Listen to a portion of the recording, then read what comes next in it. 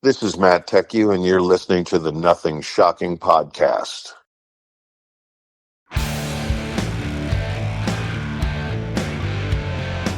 Want to know what's going on in the world of music? Then tune in to the Nothing Shocking podcast, a non-genre based, all ages friendly rock and roll program. Join us weekly for interviews with all your favorite rock stars from the mainstream to the underground. You can find us at nothingshocking.libsyn.com or anywhere you download podcasts.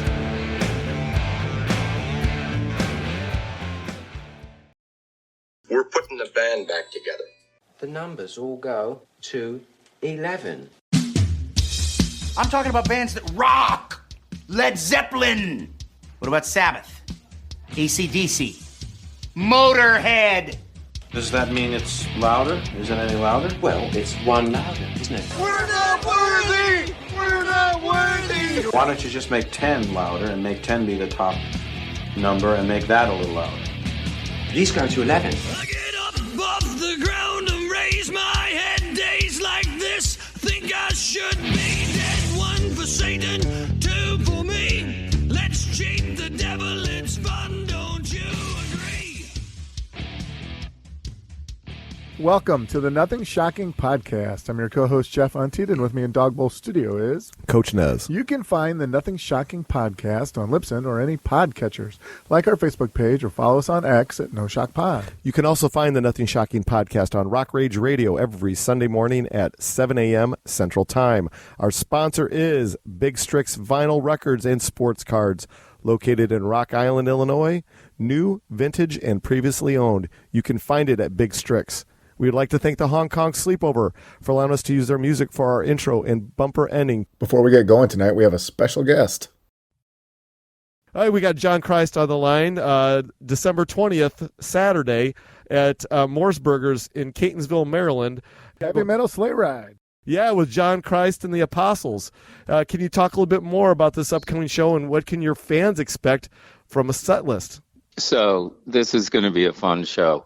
We've dug in back deep to the early days, nice. And it's it's a show right before Christmas, but the Apostles are huge Misfits, Sam Hain, Danzig fans, and they wanted to do some older stuff. So we're going to do stuff as far back as the Misfits, early Misfits stuff, and we're going to do some Sam Hain songs. One of my old favorites, Mother of Mercy, we haven't done in a long time. And just then starting early, it's going to be a heavy emphasis on Lucifuge record. Mm-hmm. So there's going to be a lot of Snakes of Christ and, a couple other fan favorites in there. Tired of Being Alive, sounding really good at rehearsal.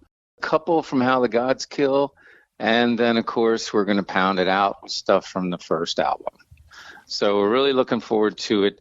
Now, Mooresburgers is a local place in Catonsville, and it's literally it's a stone's throw from the music store where I started taking guitar lessons when I was 10 years old. Oh, wow. That's cool. So I'm looking forward to it because I know there are going to be some people from high school there and grade school, and hopefully a couple of, musicians kicking around. A couple of my students are going to fly in from Florida and LA and Texas and Pennsylvania.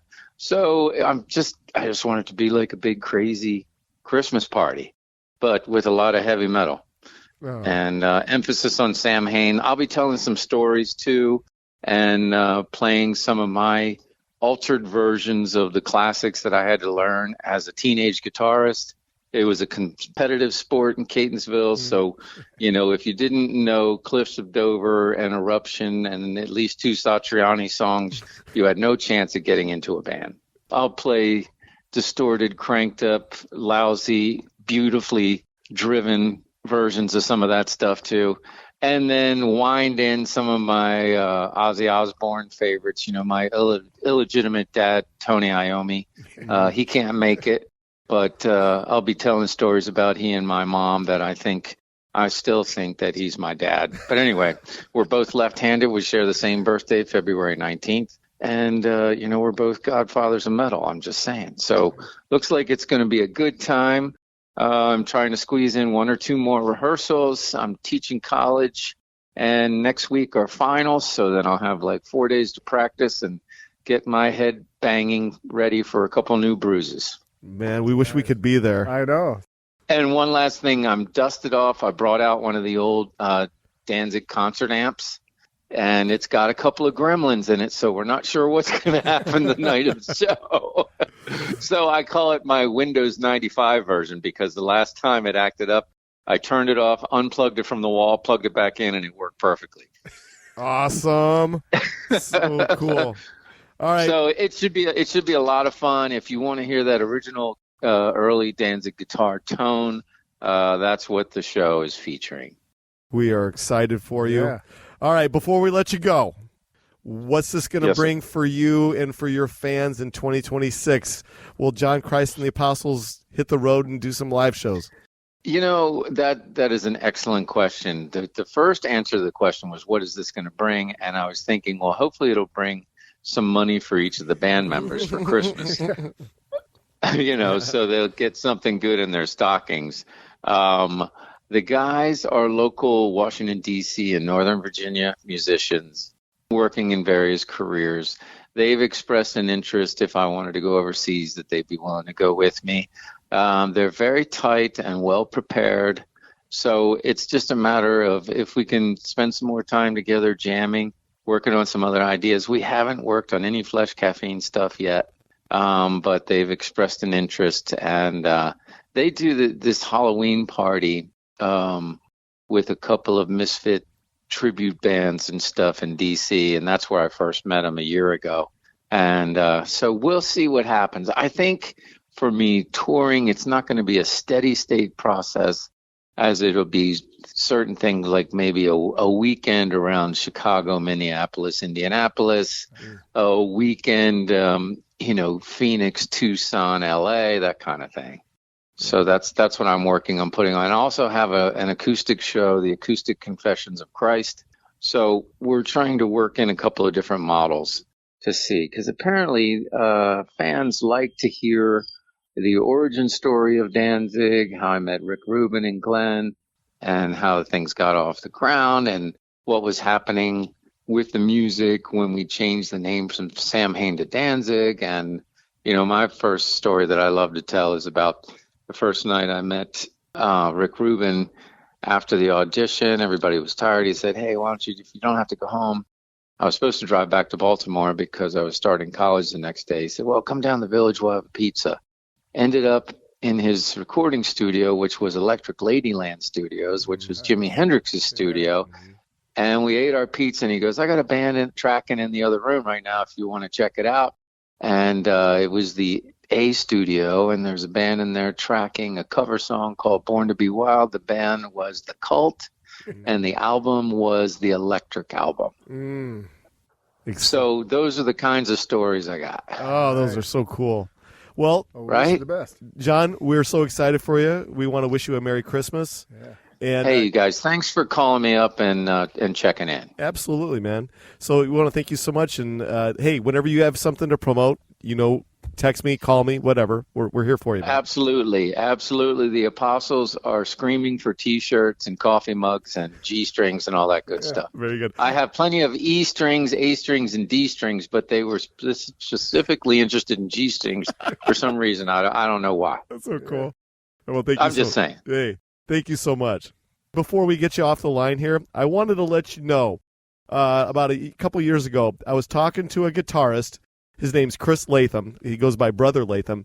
He's in a band called Vista Blanco with Chuck Garrick of Alice Cooper. Are you familiar with Chuck Garrick, the bass player? Yeah. Yep. So he found out that we interviewed you, way back when, and he about shit his pants. He goes, if he ever is looking to ever collaborate with anybody, let me know. I want to work with that guy. And that little guy is a beast of a guitar player and an amazing human being. Awesome. Yeah. So well, I'll let you know. My goal is to, before things get ramped up next year, there's a great studio, Sheffield Studios, about 30 minutes away, and it still has old hardwood floors, Hammond B3 organs, SSL boards, and all that kind of stuff. Now they work as kind of a production school for kids, but the sounds that you can get in there. So wish me luck. Keep your fingers crossed that all these things are going to happen. But I definitely want to get into recording some stuff. I had some really great acoustic ideas, and just the acoustic confessions were a lot of fun because nobody had ever heard me play any of that stuff on acoustic guitar before. Mm-hmm.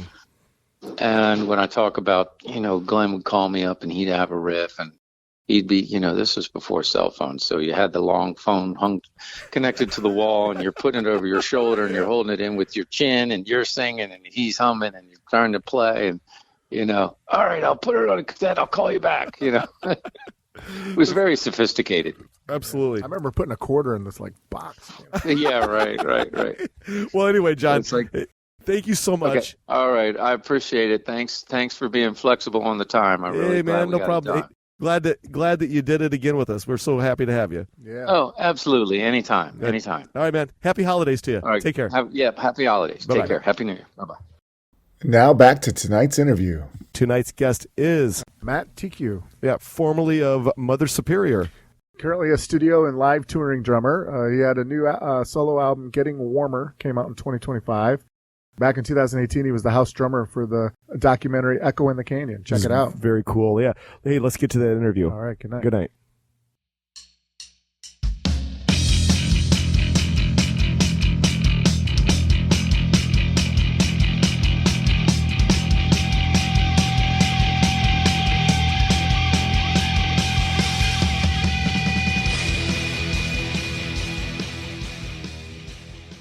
Matt, welcome to the Nothing Shocking podcast. I'd like to introduce you, my co-host, Jeff Unteed. Matt, thanks for joining us tonight. Thanks, man. Hey, we're excited to have you. So before we get into all this Q&A that we got right here, you have a story to tell about you as a 15-year-old kid on an acid trip discovering the drums. Oh, okay. Let's get right into it. Hello, people in podcast land. My name is Matt Tecu, and I am a session and touring drummer. I was always banging on pots and pans, and, I always had the thing. But I really wanted to be a guitar player. I mean, the posters on my wall, I wanted to grow up and be Jimmy Page. That's what I wanted. But I had no mentors. There's no musicians in my family, nor in my neighborhood. So, and I was starting to get into trouble, starting to do drugs and do crimes and hanging out with the bad kids. And so my mother, bless her heart, she shipped me away to this little hippie school in the mountains of Vermont, just thinking, well, at least he'll be in the woods and he can do his thing, and he won't get arrested or whatever. So I'm there having fun, doing what I do. And one night I took a bunch of acid, and I do what you do on acid, which is I climbed up on the roof to get a better look at the stars. And I heard in the distance this music. So I crawled across the roof to the window where the music was coming from, and it was this guy inside the music room. I didn't know that was the music room. And he was playing guitar, and I think he was playing like a Rolling Stone, Bob Dylan. And so I crawled in the window, and I crawled in right behind a set of drums, and there was a pair of sticks sitting there, and I was like, I just kind of looked at him. I'm like, is it okay? And he gave me the nod, and so I started playing. And we played this long, drugged-out version of Like a Rolling Stone. And afterwards, he was like, we're going into the studio next week. Would you like to be our drummer? And I said, oh, no, I'm not a drummer. I'm just on acid. And he was like, well, you're better than our drummer. And I was like, well, okay. And so that a week later, I had my first recording session in a real studio, with a soundboard and baffles and mics and all that. And I mean, I wasn't any good, but I could keep time and play a simple beat with some simple fills. And I thought everybody could do that. So apparently, and that's when I realized, oh, okay, I kind of have a thing, a semi-talent. And that's when I started to pursue it, and it just never died from there. I just fell in love with drumming. Well, speaking of the studio, you are currently working in the studio at the present moment. Can you give our listeners an insight to what you've been working on? Yeah, I sometimes produce, whether it be, jingles or songs or whatever. and I'm producing an artist called John Zeichner. He's a kind of an unknown singer-songwriter, but he has a thing that I find very interesting, and the songs are interesting. So I'm drumming on the tracks, and I'm also producing. And we're at this studio out in the Valley in LA called Stag Street Studios. It's a beautiful studio, and my friend Trent owns it.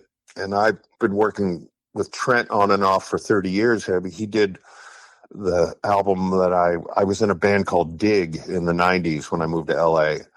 And they were kind of a, I wouldn't say one-hit wonder, but we were on like MTV and K-Rock and all that stuff. And so I knew Trent from back then.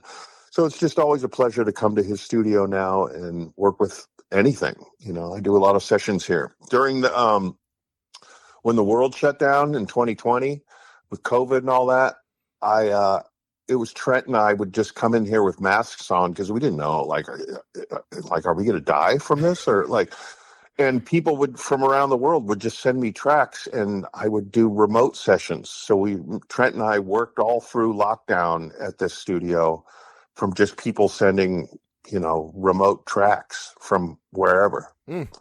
Very good. Yeah. Recently, you were working with Fernando Perdomo you've released 2 albums, with Art and Getting Warmer. And Getting Warmer came out in 2025. Can you talk a little bit about working with him and those albums?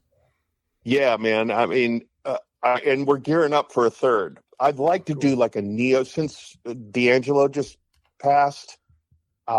Who I was a huge fan of. Like, his band was scary good with Questlove and Pino Palladino, and like a badass band. One of the greatest concerts I've ever seen. So I'm thinking of doing like a neo soul kind of like funky porno music kind of, But these are instrumental albums, and I first started working with Fernando with the Echo in the Canyon project, which was, all the music from the Laurel Canyon 60s scene, and a band was put together to do the documentary and also record the album with various artists, Jacob Dylan being the leader. And then, I got to work with Fiona Apple and Nora Jones and Beck and, Regina Spektor and Neil Young. Like, it's Neil's 80th birthday today, and That's right. Well, it won't be when you hear this podcast, but and so, I got to record a song with Neil Young. And so, but anyway, Fernando was one of the guitar players in the band. Yes. And he is just an insane person. Like, he plays constantly. Like, for me to make music, I need to do other things as well. Like, I need to sit in silence. I need to go to the beach. I need to go to, watch movies. I need other input.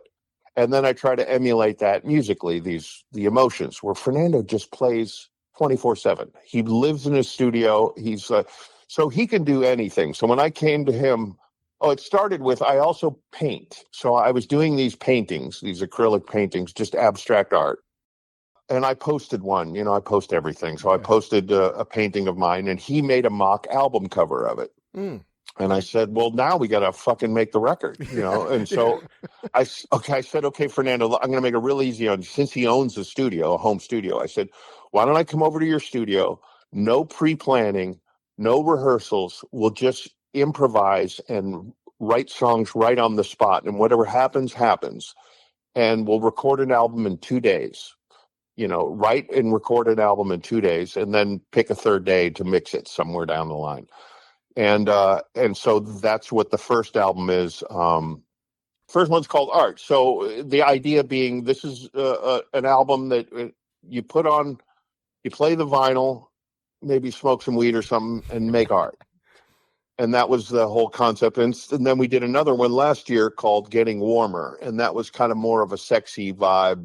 But they're all instrumentals, and they're just cool. And it's also fun because the vinyls we have printed up, the inside, the outside, the front, the back, it's all my paintings. So it's all my artwork.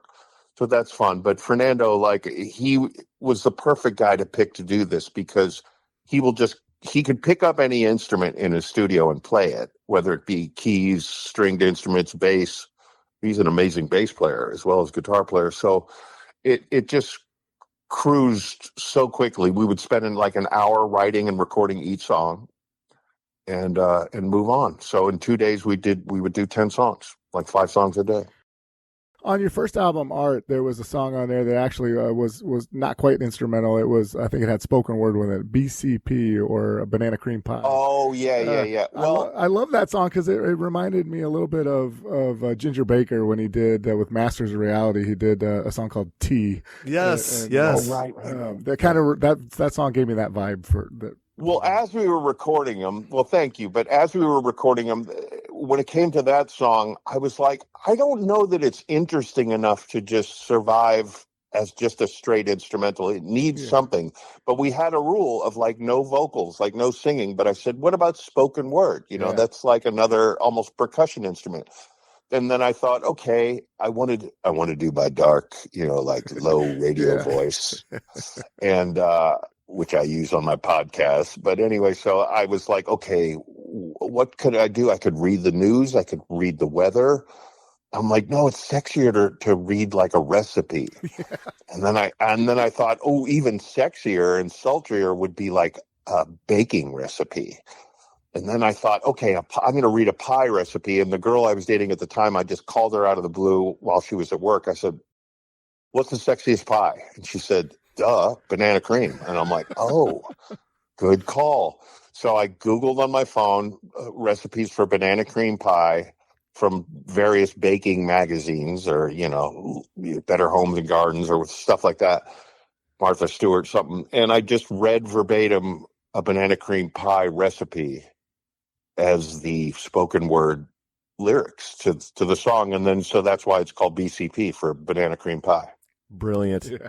Well, you know, between the sheets is my favorite track from both of those albums, and when I listen to it, it gives me that 70s jazz. Okay, is it? What am I feeling like something from a major network TV series, or am I hearing some kind of like 70s porn out of this? But either or, it's fantastic. Kind of both. I mean, that is kind of the inspiration. 70s TV shows. 70s, 80s porno, where they used to have music, you know, and it was all this just kind of like wah-wah. And that's why the second album, Getting Warmer, we're like, this one's got to be a little sexier and a little like, you know, you put it on and you make love. So we started slow, then we built up to a climax, and then the final song is like super mellow, like the Come Down. And so that was the kind of arc of the record, at least in our minds anyway. I don't know how other people digest it. Once it's released, you can't make somebody listen to something in a certain way, but that was the intention behind it anyway. Oh, that's so cool. I guess talk a little bit about, you know, you've worked with a lot of different artists and you've been on a lot of recordings. Can you talk a little bit about that, you know, the approach or your approach to drumming? And you like, you know, now all of a sudden you got to, you know, sometimes you hear about, you know, drums and bass players have this working relationship that are, you know, inseparable, but now you've got to like intermix with multiple different players and stuff like that. How does it work for you? Well, for me, first of all, I look at the drums as an accompanying instrument. I don't like drum solos. I'm not very good at them. And even the people that are good at them, I'm like, you know, it's like watching a magic trick. Like, how the fuck did he do that? And then I walk away with nothing. Whereas a song can stick with me for my whole life. And even in a haunting way, like sometimes I don't even want the song in my head and it won't leave. I mean, we all know that feeling. Mm-hmm. So I look at drums as like, it's my favorite thing to do in a song.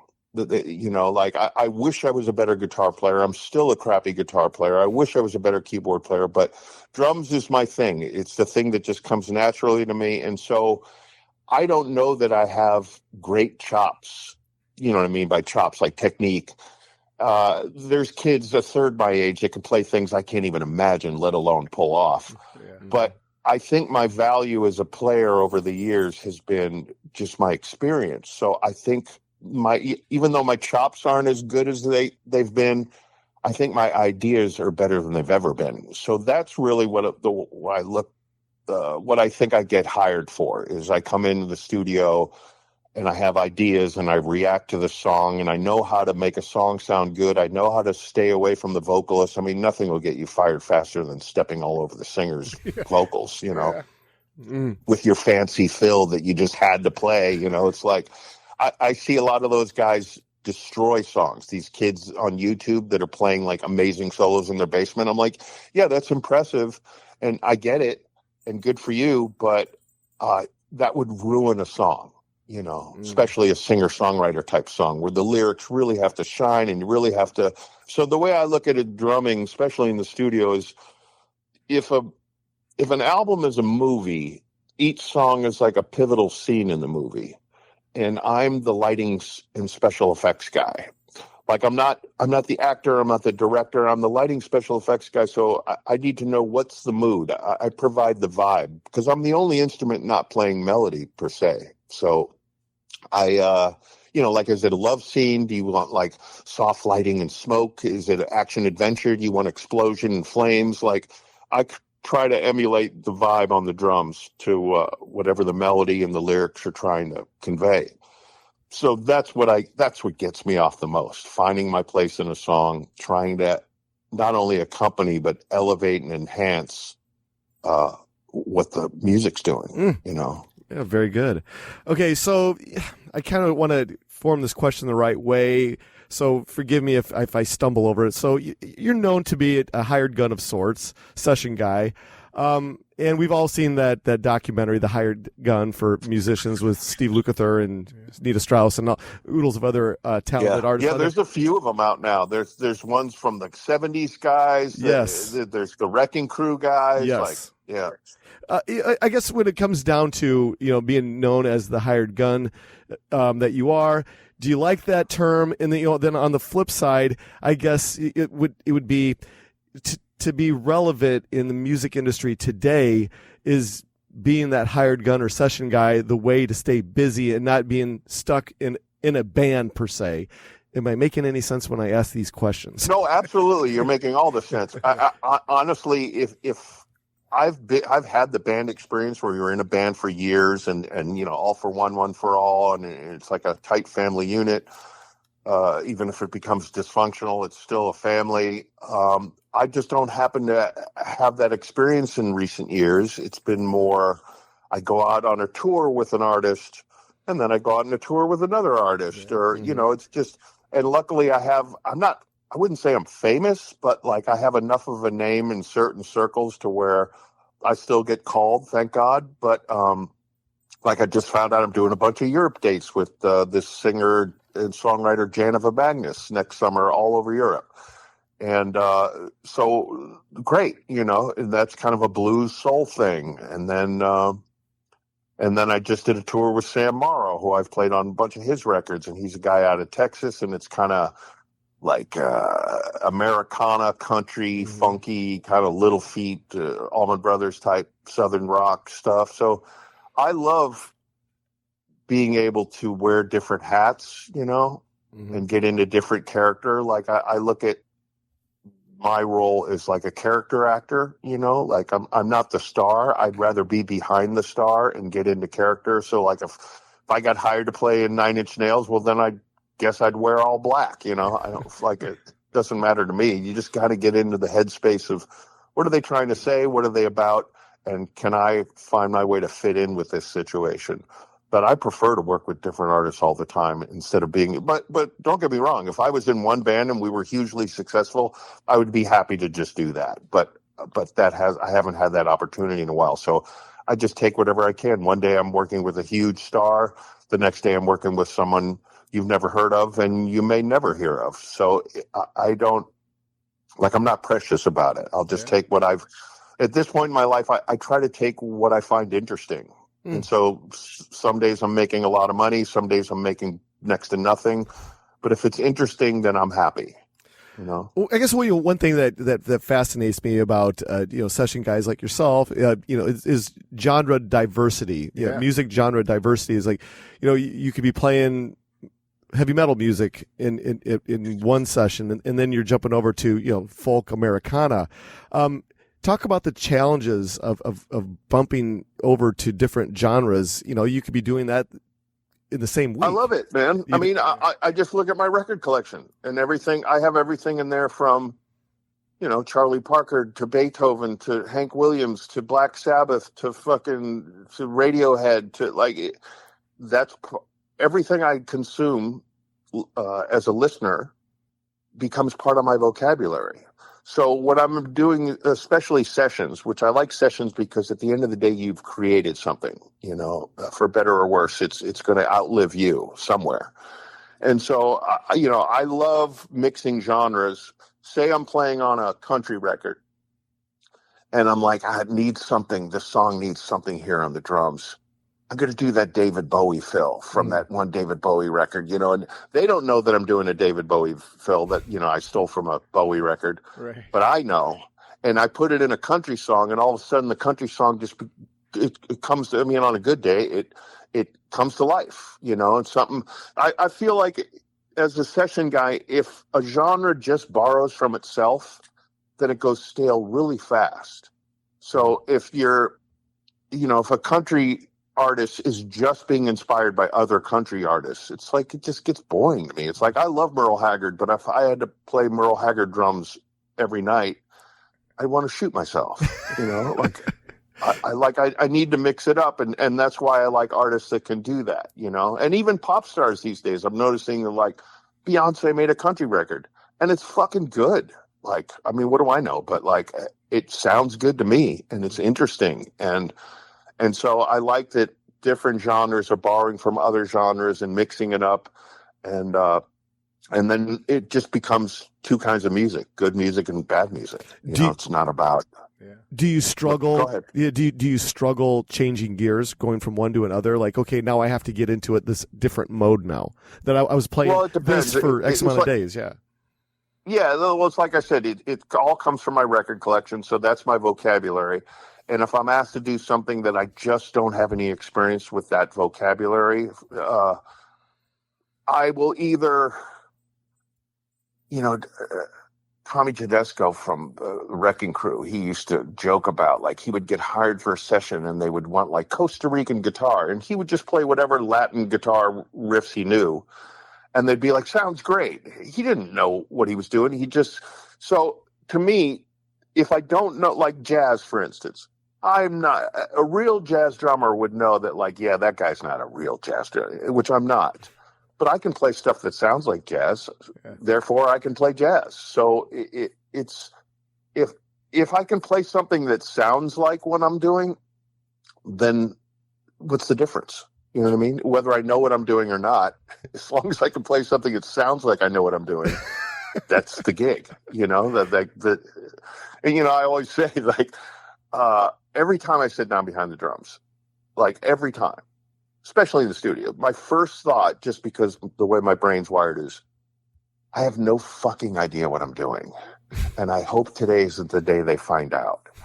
And then luckily for me, the second thought pops in, which is, yeah, Matt, but you've been doing this a long time. So just be yourself and have fun and get to work. And I'm like, oh, okay. Yeah, I could do that. And so that's how I just keep going. Because honestly, I don't think I know what I'm doing at all. But I've played on over 580 records. So, I'm out there somewhere. Yeah. Sounds like you are. we kind of alluded to your painting. Can you talk a little bit about, how did you get started in that and where can, I know I've seen it on Instagram, but where can your fans find you? Yeah, I should really put together a real pro website to sell it, because I'm selling them, but I'm just selling them through my Facebook page, and just post everything. And I have a little album of, paintings for sale. But I grew up, my dad was an architect. So me and my little brothers, we grew up with drafting tables, pens, pencils, paper. We were always making art. My two younger brothers went to art schools. One went to Parsons, the other one went to Chicago Art Institute. So I always had it in me. But then when the world shut down in 2020, I started dating this girl, and she was an artist. And she was like, we're going to go to Salvation Army, just these thrift stores, and buy ugly paintings for $5, big canvases, and then just go to Home Depot and get a bunch of paint samples and start and paint over them. And so that's what because, when the world shut down, remember at the beginning of the pandemic, nobody was going anywhere. Right. So I was stuck with this girl painting and watching like 10-part true crime documentaries, that's really how I did the whole year of 2020. So that kind of got me back into it. And then I just kept doing it. And so now I do these acrylic on paper paintings. Thus far, I'd like to start doing bigger canvases, but they sell. And, now I've done 2 album covers that me and Fernando did that we just talked about. And I just love doing it. To me, in my opinion, people that make things are just better than people that don't. Like, there's so many people that just consume, and that's their whole life. They just consume. Like, they make money. But I like creative types, and that's who I've always gravitated towards and felt comfortable around. And so I don't care if it's music or if you're a chef or if you're a painter. To me, it's the same part of the brain. It's just the part of the brain that creates something from ingredients or nothing, And so that's my painting thing. Again, it's just like music. I have no idea what I'm doing, but I think I have a knack for it, and I know that I enjoy it. The painting is done when my scalp starts to tingle. Then I'm like, okay, it's done. And like music, it's all abstract painting, by the way. So, but like music, I like pieces that feel unfinished. I like that in songs that I'm producing. I like that in paintings I'm making. Like you could have done more, but you stopped right there and you kept it and to me those are some of my favorite old time albums. I love old blues records, old jazz records where there's something feels incomplete. And I like that, so that's what I'm always trying to emulate no matter what I'm making. Oh, very cool. So, outside of the oodles of albums you performed on, you've scored music for TV and motion pictures and commercials and video games. That's quite a resume in its own. But can you talk about that transition from recording drums for album-oriented music, for music that is scored in the visuals, I guess I would say? Well, yeah, I honestly I would love to do a lot more of that because it's easy money and it's fun. And a lot of the times, like with a jingle or a music cue, it's just like 30 seconds of music. It's not even a whole, you're just setting a mood or you're selling a product or it's a scene in a movie but I've worked with people that do that. So I've been the drummer on a lot of those sessions, but I've never been the guy like with Fernando and mine. Our instrumental albums, I'm trying to shop around with music supervisors who are the people that hire composers and musicians to do music for film and TV and commercials and video games. And that's their job to seek it out and find the music. But I would love to do more of that. Over the years, I've just been doing this for so long, since the 80s. So in that time, I've done all kinds of jingles, everything from like tire commercials to I did a whole McDonald's, hamburger campaign, and which is really funny because no matter what genre of music you're doing, like one commercial is like punk rock one, like da na na na na na na, and then the next one's like a kind of like Motown, and with McDonald's, you just have to end each piece of music with da da da da da. Yes. Yeah. So it didn't matter if we were doing like da na na na na na na na na na na na na na na da da da. I just thought that was really funny. I was like, okay, that's the. Other than that, that's the only rule, And then you just send it all to them, and they decide whether they like it. The problem with doing a lot of jingles is you're dealing with people about music that know nothing about music in a lot of cases. So it can be very frustrating. A lot of like with McDonald's, we sent them 8 songs and they're like, yeah, change this. We don't like this. And we're like, okay. And we would do it and do exactly what they just said. And they're like, nah, we don't like it, blah, blah, blah. Can you change it? And we ended up giving the exact same thing that we started with. And they were like, yeah, we love it. Nailed it. And I'm like, that just tells me you don't know what the fuck you're doing.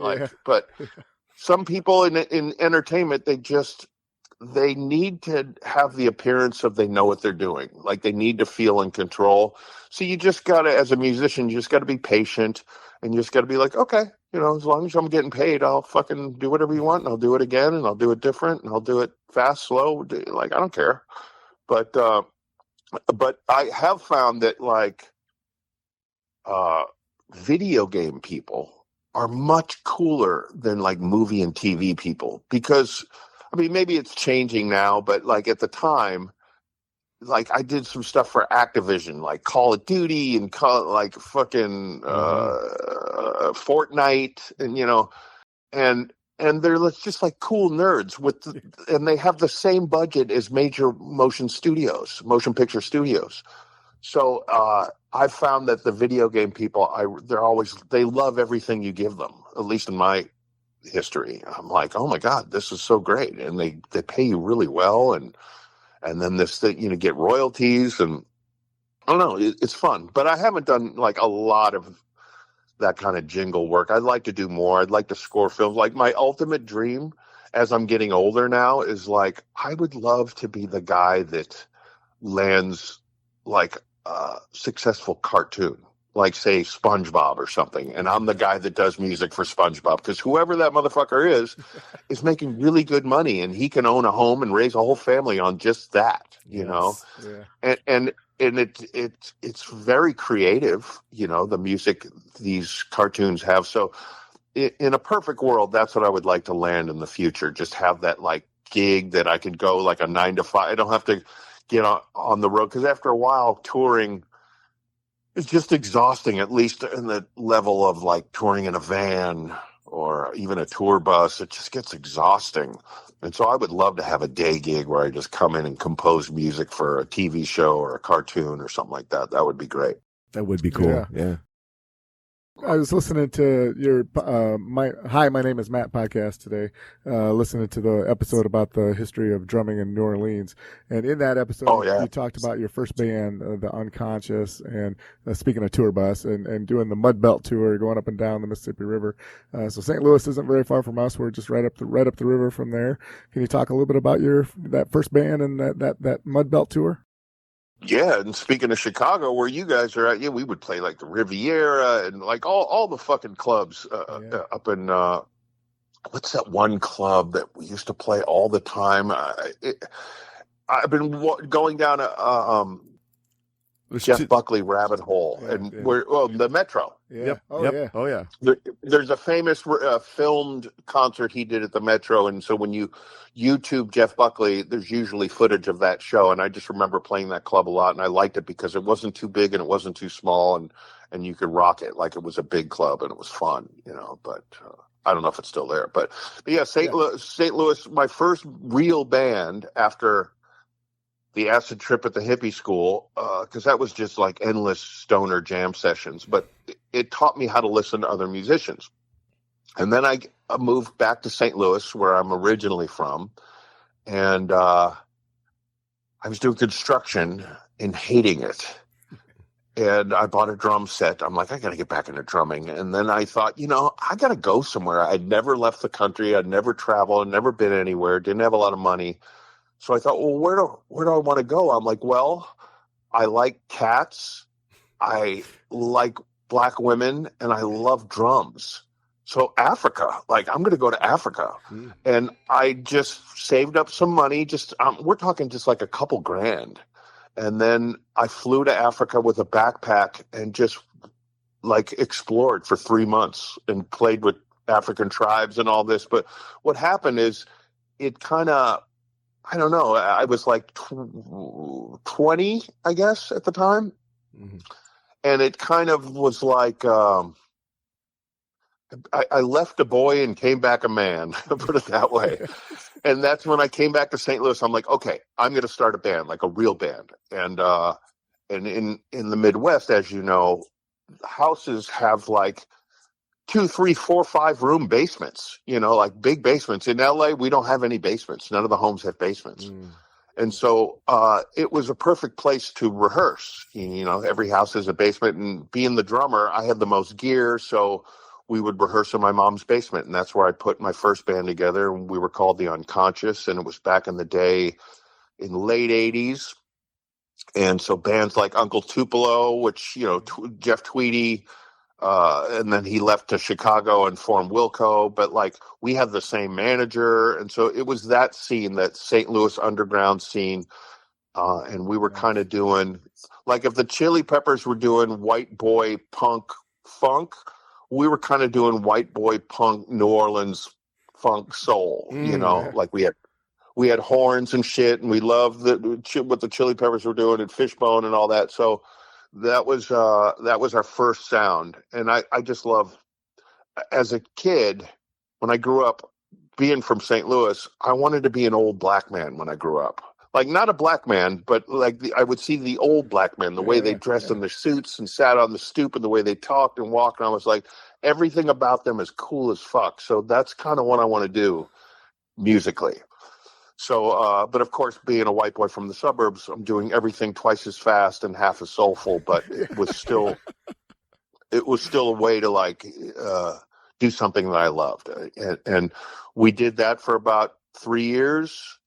We became the biggest band in St. Louis. That's how I knew Richard Fortus, who's now in Guns N' Roses, because he was in a band called The Eyes, and they became Pale Divine, and we were rivals, but in a healthy way. Like, we respected each other. They were doing kind of more like Smith's, The Cure, kind of Depeche Mode. They were doing that kind of vibe, and we were doing more of a funky thing. But then when the band broke up, that's when I moved out to LA, because I was sound checking somewhere in the Midwest, and the band Red Cross came in. Yeah. And their drummer, Jack Irons, who was the original Chili Peppers drummer, yes. I knew him, and he said, "Hey, they really like your drumming. You should fly out to LA to audition for Red Cross." He said, "My band 11 is getting signed, and so I have to leave the band, but you should come out and do it." So I flew out to LA and auditioned for Red Cross, and I didn't get the gig, but it got me out there. Yeah. And then my friend Xander Schloss was there. He was playing with Joe Strummer at the time, and Circle Jerks. And so that's the couch I slept on when I moved out to LA, and I started playing in a band that he had called the Two Free Stooges, which was Xander on guitar, me on drums, Martine Lenoble from Porno for Pyros on bass, Dick Rude and Manny Chevrolet. Dick Rude's from the movie Repo Man. They were the two lead singers, and it was like Las Vegas psychedelic punk rock. And my first show in LA, in Hollywood, was at Club Lingerie. It doesn't exist anymore, but the opening band was a punk rock cover band called Hate, which was Flea on bass, Frusciante on guitar, Nicky Beat from the Cramps on drums, and Angelo from Fishbone on vocals. So my first show in Hollywood was like, some of my heroes were the opening act. And then like my next show, Tool's first show was opening up for us. Oh, so wow. I was like, Hollywood in the 90s, as toxic as it was and killed a lot of motherfuckers, but there was a lot of cool shit going on. Well, and so I didn't know it at the time, but I was right in the middle of this like vibrant scene. And that's kind of what got me out here and got me to stay out here. And, I was in one band in St. Louis, the Unconscious, and making a good living. And then I come out to Hollywood and I'm like in 5 or 6 bands, and I can't even pay my utilities. I'm like, how do you do it out here? Like, I don't get it, but you just find a way to survive, and you just keep doing it. And so, like I said, I'm not a famous guy. Like, one day I'm on the red carpet, the next day they're like, "Who are you?" Like, so I can't really hang popularity or fame. That can't be my motivation. You know what I mean? So, I'm in it for the adventure and for the love of it, and I just love making music. To me, the 3 keys to happiness are make cool shit with cool people, help people, and third, try not to be an asshole. and I mean, sometimes you got to be, but like, I think it's important to try not to be. So those are my 3 rules to a good life. the fascinating thing about your migration to Hollywood in 1991 was the transition from the LA strip big hair, the glam metal thing, and it's starting to transition over to the grunge movement and alternative rock music. Can you talk about that? You're right there, right in the transition of it all. Can you talk a little bit more about that? Oh, absolutely. I was right there. Like I actually played a show with Alice in Chains, an acoustic show. Not because I was in Alice in Chains, it was because I was heroin buddies with Lane Staley. Like I became a drug addict, as did most people at that time. And so I'm hanging out with Jane's Addiction and the Peppers and the like. I saw all that shit. And I don't want to like throw anybody under the bus or tell anybody's secrets or anything. But like Lane sadly passed. Yeah. But there was a day that we were doing drugs all day, and he said, "Hey, you want to come play this acoustic benefit that we're playing tonight? Our drummer doesn't want to do it because he's a rock guy, and he doesn't want to play bongos with Alice in Chains." I'm like, "I'll do it, absolutely." So I did that. But that was I remember when Kurt showed up. I didn't know him, although I saw them Nirvana play, and it was amazing. I did kick Courtney Love out of my car one night just being an awful monster. But that had nothing to do with Nirvana or anything. I think it was before she hooked up with Kurt. But yeah, that was happening, and I missed the big hair Sunset Strip thing by a couple of years. Like Guns N' Roses first started killing that by making it more kind of Stonesy and less glam. And then, of course, the whole Seattle thing, which I'd been a fan of forever. Like I'd seen Soundgarden several times in the 80s in like small clubs and blown. Because when I was a little kid, one of my favorite bands to smoke pot and listen to in my bedroom was Black Sabbath. So when Soundgarden came out and that whole Seattle sound, I was like, finally, somebody's using the Sabbath formula of that kind of like heavy, dark, satanic blues, basically, psychedelic blues. And so I was a big fan of that. But yeah, all that was going on. But a lot of people didn't survive it. Hollywood in the 90s it got pretty grim, and I'm lucky to have survived it. I've been sober now 24 years. So from 91 to 2001, it was crazy town. But I got sober in 2001, and that was a whole new chapter. Then after that, Fantastic. Some of our listeners might not realize that you had auditioned for Guns N' Roses not too long ago. Can you talk a little bit? Just a few months ago. Yeah. For the drumming gig, can you talk about the opportunity and the experience? Well, I got a call from a manager, said, "I'm going to send you a non-disclosure email. And I can't tell you why I'm calling until you sign it." And I'm like, okay. So I signed it, and he's like, I'm Guns N' Roses is auditioning drummers. There's about 12 drummers. I'm not going to name names, but there were some pretty big names. Like I was by far the least famous drummer on the list out of 12. And for a week, they just auditioned all of us. And it was a full set. It was 12 songs. And I hadn't, because I was a late addition to this roster of drummers, I had 9 days to learn 12 songs, which is totally doable. But I wanted to really learn them like I'd been playing them for years. Like not only know what I'm doing, but to be able to relax and have fun with it. Cause it's a rock band, and I didn't get the gig, although I was told I came in third, so that's good. But I forever will have an afternoon playing Guns N' Roses songs with Guns N' Roses. And if you had told me in, late 80s that, hear this band on the radio, one day, 30-something years from now, you're going to be playing these songs in a room with them. And I'd be like, you're out of your fucking mind. But it was really fun. I mean, at this point, they just play stadiums, and I have no experience playing stadiums. I mean, I played some pretty big festivals and whatnot over the years, but I don't know what that's like, that world. And I think they knew that. Like, I played all the songs. Most drummers didn't even get through more than 5 songs. They'd audition with 5 songs and be like, okay, thanks for coming down. You did great.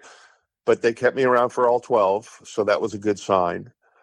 So I knew that I did good, but I think they also knew that I'm not like the stadium rocker guy that could just come in and fucking play a concert tomorrow, and so I was kind of relieved that I didn't get it, although I would have been a millionaire by now. So who knows? Yeah, there you go. Yeah. Well, we talked a lot about Echo in the Canyon, so I know we don't want to go too far into it, but can you talk a little bit about your experiences being part of that session band and, Jacob Dylan and all? Yeah, I mean, Hollywood's weird where each night is a different, each club features a different thing, So, for instance, one club could be different names, different nights of the week. And I don't know if you've ever heard of Cantor's Deli. It's a famous Jewish deli in Hollywood. It's been there forever. And they have a little dive bar attached to it called the Kibitz Room. And every Tuesday night, me and this group of guys, I don't do it that much anymore, but we would go down there and just kind of make it up as we go. We would play medleys. So we do everything from Van Halen into Van Morrison into, we just like the most eclectic. It became very kind of Zappa-esque where we were just kind of doing surreal versions of songs and right off the cuff, no rehearsals, we're not a formal band. And this guy who was the former president of Capitol Records, Andy Slater, he used to come down there and jam Neil Young songs with us every Tuesday. And he put this project together where he wanted to do an homage to the music he grew up with loving, which was the Laurel Canyon kind of folk rock. Yeah. So the Byrds, Buffalo Springfield, and before all these artists went solo, like the Buffalo Springfield became Neil Young, Stephen Stills, Crosby, Stills and Nash. Before Joni Mitchell became Joni Mitchell, it was bands. So, and the bands were all trying to be the Beatles, basically a band with multiple singers and songwriters that played their own instruments on their albums. And so everybody wanted to be the new Beatles, and that's why the Byrds became the Byrds. So anyway, we did this kind of tribute to it. And Andy handpicked out of the Kibitz Room the musicians he thought would be perfect for this kind of 60s vibe. And so I was playing cover songs, but I tried not to play what the original drummer did. I just tried to get in the spirit of it. And the spirit of it was the sound of young, brilliant 60s musicians that were super high, and so that's, like bands like Arthur Lee and Love. Like I'd listen to the drums and I'd be like, man, that drum fill doesn't even make sense. I love it, So I wanted to do something equally nonsensical and just basically capture the spirit of it, get in the character. And so we did an album. And as we finished and the album has all these guest stars. So you got like Nora Jones and Fiona Apple and Beck and Cat Power and Regina Spektor and Neil Young and Stephen Stills. And so we do this album. And then Andy's like, we should do a couple concerts with as many of the guest stars from the album as we can get. And we'll do it in LA at a big theater at the Orpheum. And we'll get a film crew and we'll film it. And then maybe we'll put it on like Showtime as like a concert film or something. And we did it. And Clapton couldn't make it. He played on the record. But so they flew to London and interviewed Clapton. And then Stephen Stills heard that they were interviewing Clapton. He's like, well, I want to be interviewed. So then it turned into a documentary. That's and cool. Now you're interviewing, David Crosby. And so it was it became a backwards way of making a documentary. First, we made the music. Then we made the making of the music documentary, and then we made the making of the music that we're covering, document. But it turned out beautifully. Really great, talented people were involved, and I got to be in the core band. So in all the performances, as well as the album, as well as the promotional tour we did afterwards, I got to be in the band and play with all these cool people, and including Jacob Dylan, who was the kind of lead vocalist for most of it. Yeah. And so, because Andy Slater was, the Wallflowers, he's been Jacob's manager forever since he was on Capitol as a kid. So that's how that all happened. But it was one project that I got to be involved in that literally changed the look of my resume. I mean, I'd done some shit, but like all of a sudden I was like, oh shit. Like, you know, all of a sudden I'm in Rolling Stone like every other month. And I'm like, oh, that's cool, you know. So very cool. So I'm very grateful for it, you know. Well, I guess, you know, the next question is that with the question that everybody wants to know is the podcasting question. You're a podcaster. Jeff and I have been doing the podcasting together, this podcast together since the pandemic, and then I was doing it with another co-host since 2016. But you know, podcasting is very fickle. It's for us. You know, we try to get a different guest on every week, and it's like, hey, you know, it all depends on who the guest is and what your numbers look like, and you know, for you as a podcaster, how do you judge success in your podcast, or you just look more of like as a hobby? Well, at the time I started doing it, I was hanging out with and playing and doing some recording with Ryan Adams, the singer-songwriter. Yeah. And he just is a DIY guy. He just is constantly making things, whether he's writing novels or making like 4 records a year, or like he's just a workaholic. So he told me, you should definitely do a podcast because you have these stories and talk about. But I originally wanted to do what you guys do, which is more conversations. Yeah. But then I realized LA is the worst traffic in the world. So you're 80% of the time you're in LA traffic, and I listen to NPR. Mm-hmm. And I listen to programs like This American Life and what I call immersive audio experiences. So it's not just a story or a subject matter, but it's also interspersed with little music cues, little sound effects. So like, for instance, I was in a bar in Scotland, and then you just hear the sound of a Scottish bar in the background. You know, I love that. So because when I'm in traffic driving around, I listen to these NPR radio shows, and it kind of takes me out of traffic. And before you know it, I'm home. And so I wanted to do that. I realized that I tried to do a couple conversation ones. It just didn't flow. I wasn't that good at it as an interviewer, but I would, for years, I've been touring with bands, and I've had artists tell me, look, dude, that's a great story. You tell great stories, but you literally just told me this story. Like, you should have a podcast. So that's what it was. Basically, annoying other musicians was what led me to creating a podcast.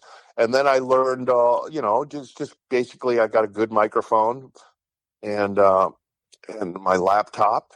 And with GarageBand, I just edit up these immersive audio experiences where I tell these stories. I have one about me traveling to Africa and starting my first band. I have one about the acid trip in high school and feeling lost and all of a sudden finding a direction in life. And so I've done like 5 to date, but it's been over a year since I've done one. And I'm trying to think of what the next topic is.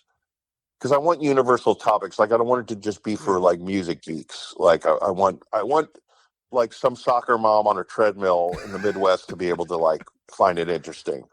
And so I've been thinking about 2 topics, but they're so fucking heavy. Like, one is God. I wanted to talk about God, what that means to you, and you know. And another one was sobriety, since sobriety was such a profound occurrence in my life that I thought I wanted to talk about. Not as an expert, like, what the hell do I know? I just want to like talk about it, tell stories, play some music and some sound effects, and just make like kind of an interesting little radio show about it.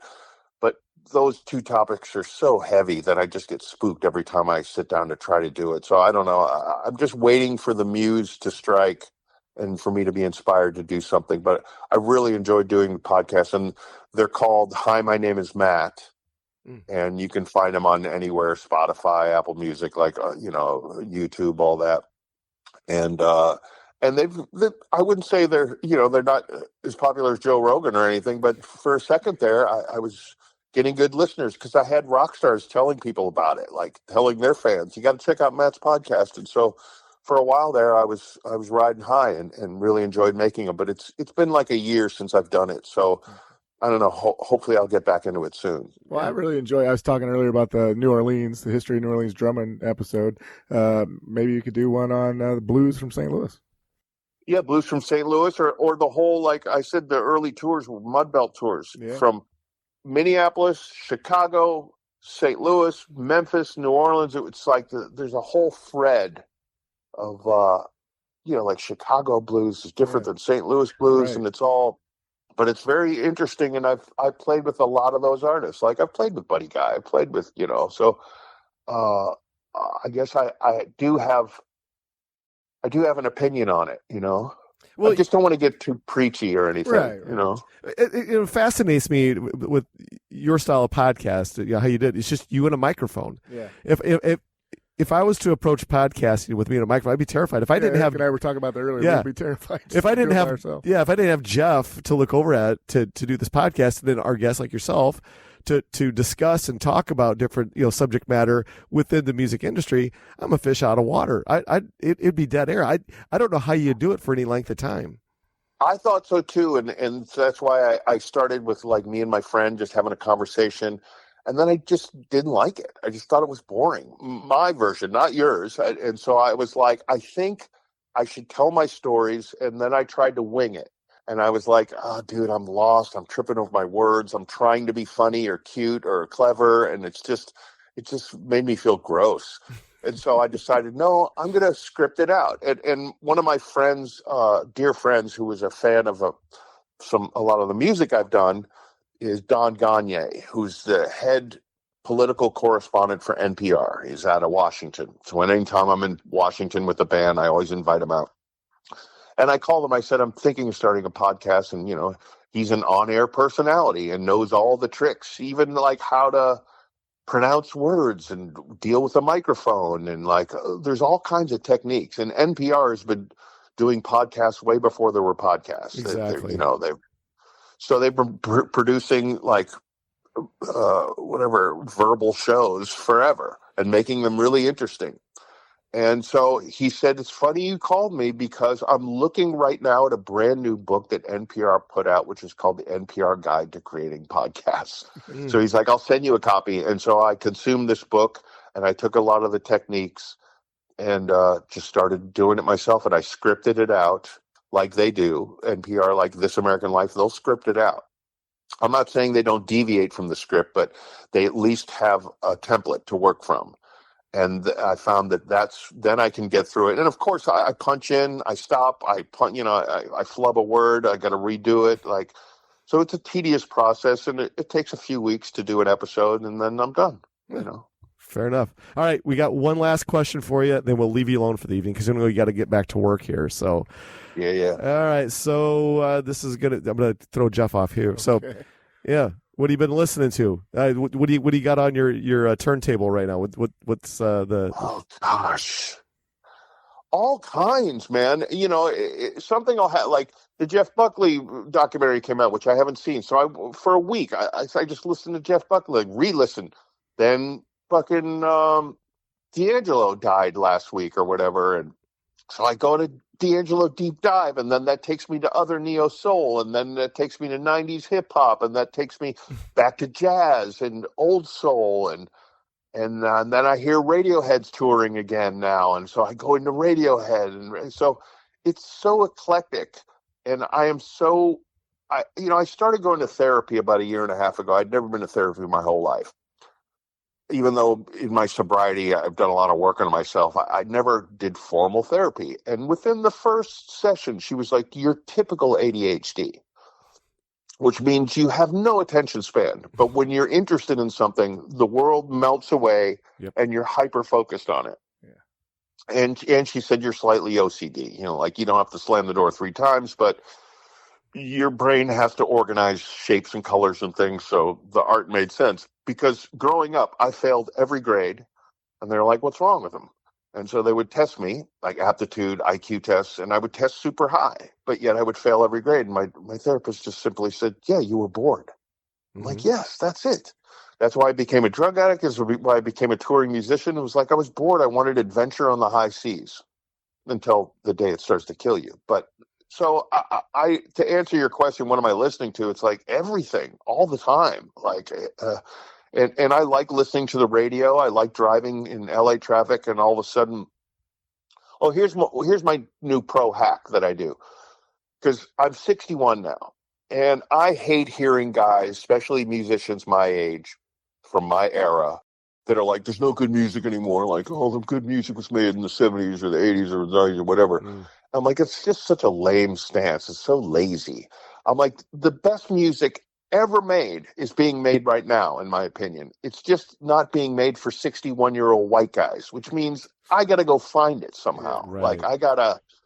So one of the many techniques I'm using, since I'm not on TikTok and I don't give a shit, I listen to the college radio station, KXLU, which is Loyola Marymount College. And I found that there's no greater, nobody more competitively underground and indie than a 19-year-old college chick radio DJ.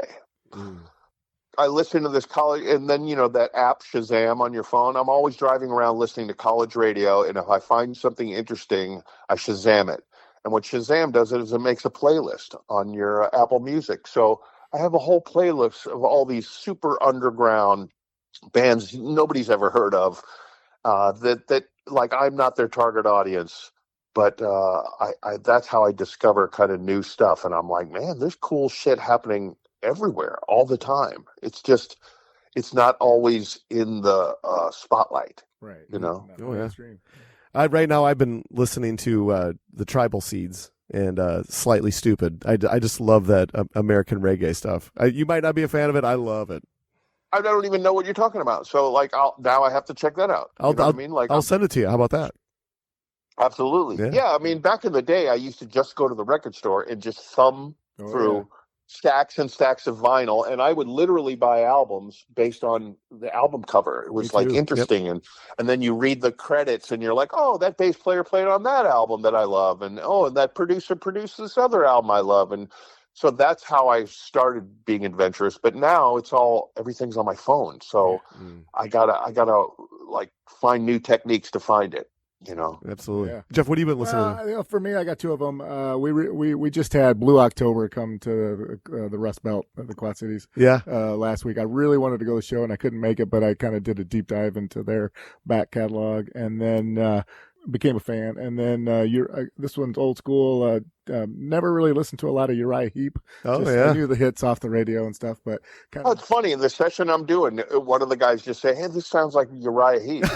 I just did a little deep dive into their history a little bit just over the weekend. Oh, that's so cool. Hell yeah. Well, we're out of our allotted time for the evening. Matt, is there anything that we left off that you would like to plug or promote?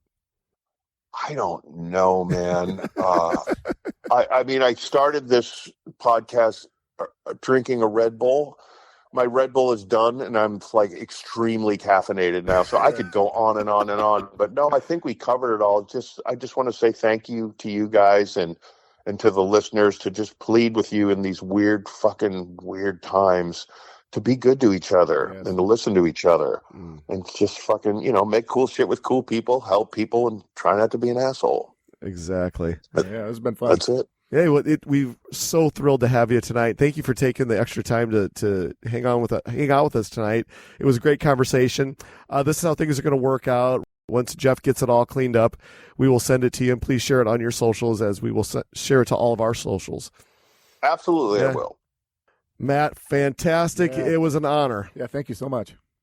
Yeah, same here. Thank you. I appreciate it. Yeah, and after work. And I'll send you some of that music tomorrow. How about that? Awesome. Right. Thanks. Thanks, man. Have a good one. Bye-bye. Bye.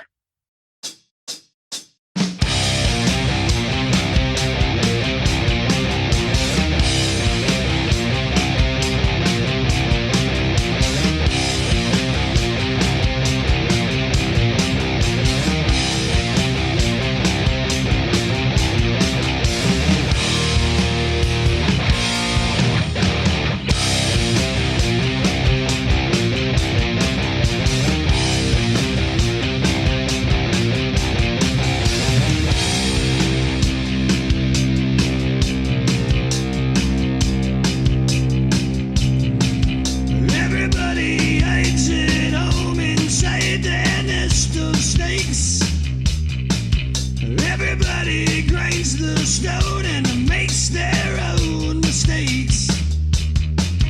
Hide in the headlights, fight the grip of fear. You can make your dreams come true, but you just can't do it here.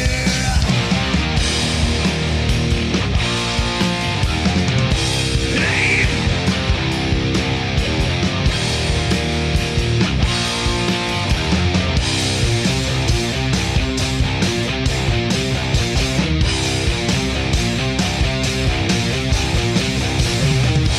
Everybody eyes the gun and screams inside their head.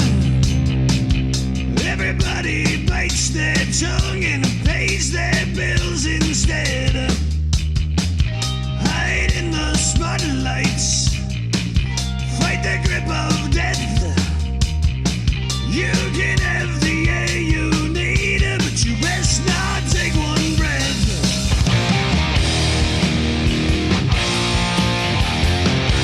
Hey.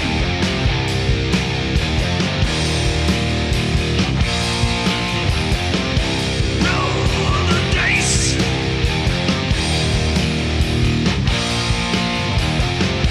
Take your chances.